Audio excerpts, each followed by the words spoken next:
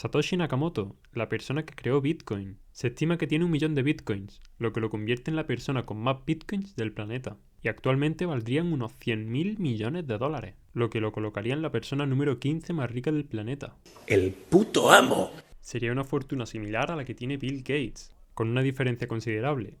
Satoshi no ha tocado ninguno de sus Bitcoins desde que se minaron en 2009. ¿Cuántas personas en el planeta estarían dispuestas a tener 100.000 millones de dólares y no tocarlos? En 2016 fue propuesto como Nobel de Economía, pero la propuesta fue rechazada porque no se puede entregar un Nobel a una persona anónima o fallecida, y es que realmente no sabemos quién es Satoshi, ni siquiera sabemos si sigue vivo. Publicó su white paper en octubre de 2008 y estuvo presente en foros desde la publicación de este white paper. Aquí hablaba sobre el funcionamiento de Bitcoin y colaboraba con otros programadores para mejorar su código.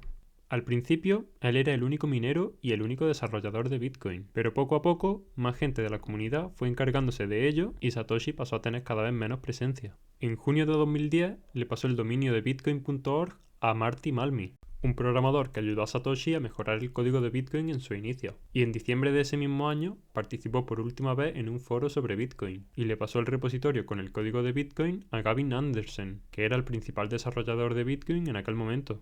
Y aunque desapareció de todos los foros, siguió en contacto por correo con la gente de la comunidad de Bitcoin, pero en abril de 2011 envió su último correo. Fue a Marty Malmi y le dijo que estaba pasando a otras cosas y que Bitcoin estaba en buenas manos con Galvin, y desde entonces no se ha vuelto a saber de él. Pero entonces, ¿por qué tanta gente piensa que Nick Szabo es Satoshi Nakamoto? Os pongo varios ejemplos.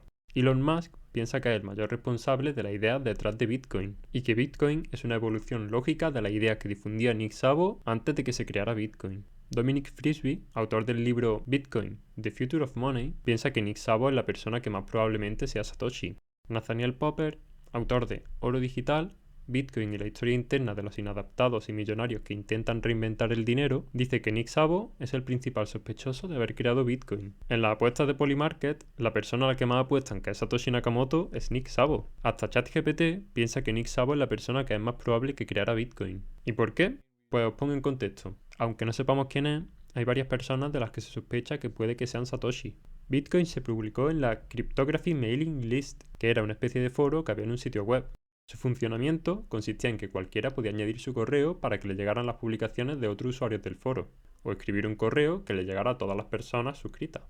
Las personas que solían participar eran programadores, matemáticos, expertos en criptografía. Muchos de ellos eran cypherpunks, que defienden el uso de la criptografía para proteger la privacidad y la libertad de todas las personas. Y los programas que desarrollan son de código abierto para que cualquiera pueda utilizarlo o modificarlo. También son anarquistas, por lo que las tecnologías que desarrollan también tienen como objetivo restarle poder al Estado. Son perfiles en los que no encajaría encontrar a nuestro amigo Nakamoto. Y la mayoría de sospechosos de ser Satoshi eran personas que participaban en este foro, como por ejemplo Hal Finney, Wei Dai, Adam Back o el protagonista de este vídeo, Nick Szabo. Algunas de las tecnologías desarrolladas por los cypherpunks son Wikileaks, una plataforma en la que puede hacer publicaciones anónimas y que se ha utilizado para filtrar documentos clasificados. BitTorrent, una plataforma para compartir archivos peer-to-peer, es decir, únicamente interactúas con la persona con la que estás compartiendo archivos. No hay una empresa ni un servidor centralizado de por medio.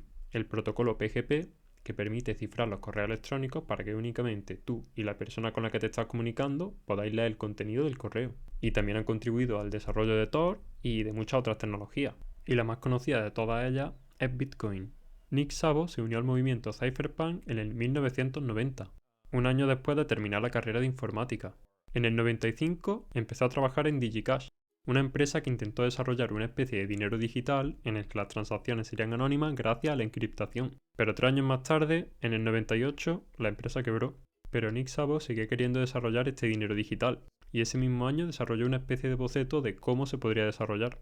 Lo llamó BitGold, porque quería que fuera una especie de oro digital, pero solo lo compartió con algunos amigos, y no hizo público este diseño hasta 2005, cuando uno de sus amigos, Hal Finney, le animó a publicarlo, y lo compartió en la Cryptography Mailing List. Decía que era necesario desarrollar este dinero digital porque en aquella época el dinero tenía una serie de problemas. Para empezar, dependía de un tercero para que tuviera valor, normalmente un banco central, pero que muchos episodios de inflación y de hiperinflación a lo largo del siglo XX habían demostrado que esto no era lo ideal.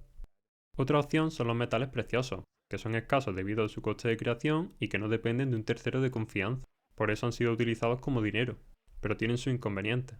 Para empezar, es caro analizar la pureza de un metal para transacciones pequeñas, y es peligroso realizar grandes pagos con metales, porque además de que pesaría un huevo, te los pueden robar. Y lo que es peor todavía, no puedes hacer pagos online con metales. Por este motivo surgieron entidades, normalmente estados, que emitían billetes que en cualquier momento podía intercambiar por oro. Pero volvemos a las mismas, estamos dependiendo de un tercero de confianza, que puede imprimir más billetes de la cuenta, provocar inflación o la quiebra del propio banco. Y por estos motivos veía necesario desarrollar un dinero digital, y decía que una forma de conseguirlo podía ser desarrollando un protocolo en el que se pudieran crear bits infalsificables, que tuviera un coste producirlos y que no dependieran de un tercero confiable. También que se pudieran almacenar de forma segura, transferir y verificar las transacciones. Serían bits de oro, bit gold. Y se podría conseguir con una prueba de trabajo que consistiría en que, teniendo una cadena de texto, él la llamó cadena de texto del desafío, habría que encontrar otra cadena de texto que al pasarla por una función unidireccional diera como resultado la cadena de texto del desafío.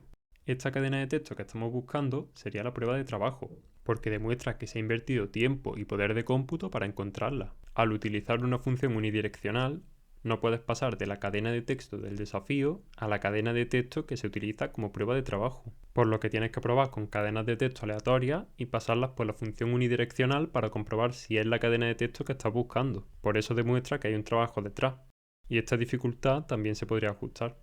Y estos eran los principales pasos del sistema que él tenía en mente. Primero, se crea una cadena de texto pública, la cadena de texto del desafío. Segundo, una persona con su ordenador consigue encontrar la cadena de texto de prueba de trabajo a base de probar cadenas de texto aleatorias y pasarlas por la función unidireccional.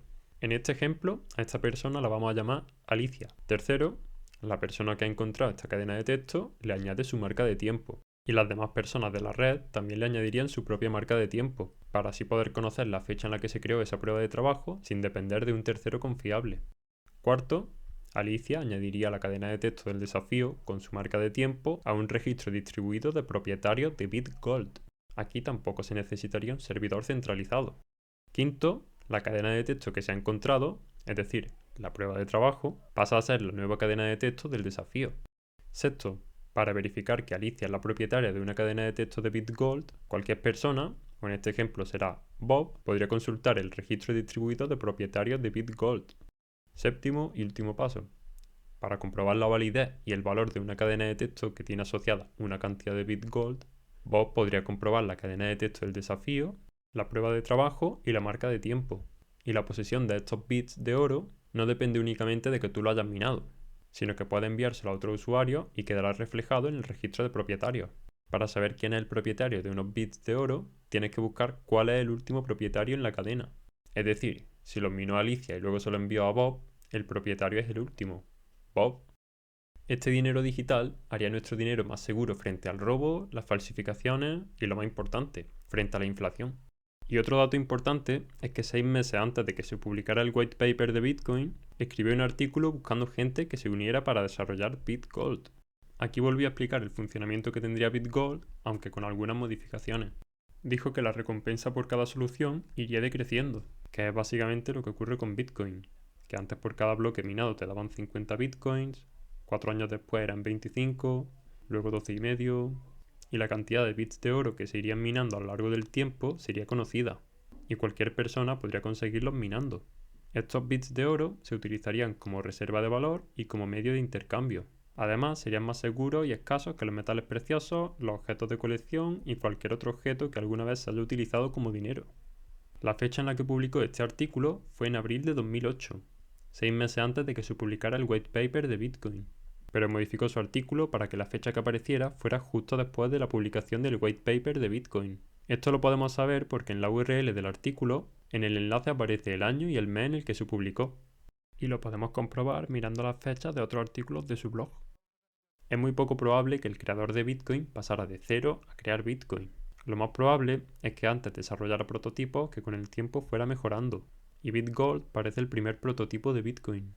Hay muchas similitudes. Ya hablaba de una base de datos distribuida, de una prueba de trabajo con la que se minarían las monedas, de un hash con una marca de tiempo, hasta el nombre es parecido. Y en alguna ocasión, Nick Szabo también ha hablado de que BitGold es el primer borrador de Bitcoin. Y es que aun en el caso de que Nick Szabo no fuera la persona que escribió el código de Bitcoin, está claro que quien lo creó se basó en BitGold y en las ideas de Nick Szabo. Además, en 2007, un año antes de que se creara Bitcoin, habló de las ventajas que tenía utilizar una wallet que consistiera en una cadena de texto, como se hace con Bitcoin, por lo que pudo haberlo implementado en BitGold.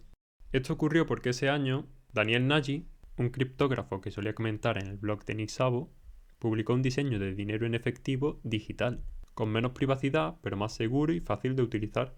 Nick Szabo dijo que aunque reducía la privacidad, tenía sus ventajas. La principal es que tu wallet sería únicamente una cadena de texto, no necesitaría instalar ningún programa, y para que te enviaran dinero, podrías simplemente compartir esa cadena de texto.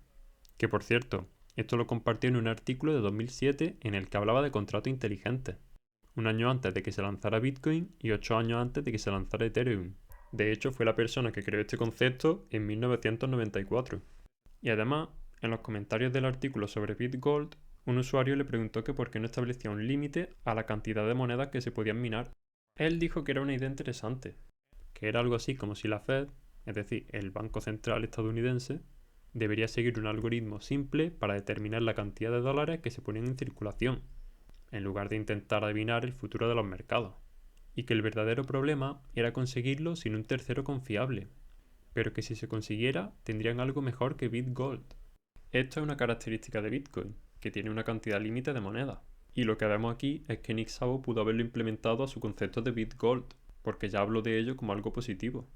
Otro dato interesante es que en el white paper de Bitcoin, Satoshi dio crédito a Adam Back por crear Hashcash y a Wei Dai por haber creado B-Money, lo que nos deja claro que no quería ocultar sus referencias. Pero aún así, ¿por qué no le dio crédito a Nick Szabo por haber creado BitGold? Una teoría es que le dio crédito a todos excepto a él mismo, y no fue la única ocasión en la que evitó hablar de BitGold. De hecho, estuve evitándolo hasta que no pudo evitarlo más. Por ejemplo, la primera persona que recibió una transacción de Bitcoin fue Hal Finney, el amigo de Nick Szabo que os he mencionado antes que le animó a publicar su artículo sobre BitGold. Y Hal Finney, al recibirlo, le contestó a Satoshi Nakamoto que su amigo Nick Szabo escribió hace años sobre BitGold y que esto podría ser una implementación de ese concepto. Aquí Satoshi tuvo la oportunidad de mencionar si BitGold había sido una de sus referencias, pero no lo hizo, directamente no contestó. Y tal vez penséis que no mencionó BitGold porque directamente ni lo conocía, pero no es el caso. De hecho, en 2010 finalmente admitió que era una implementación de B-Money y de BitGold. Y bueno, chavales, hasta aquí el vídeo de hoy, espero que os haya gustado.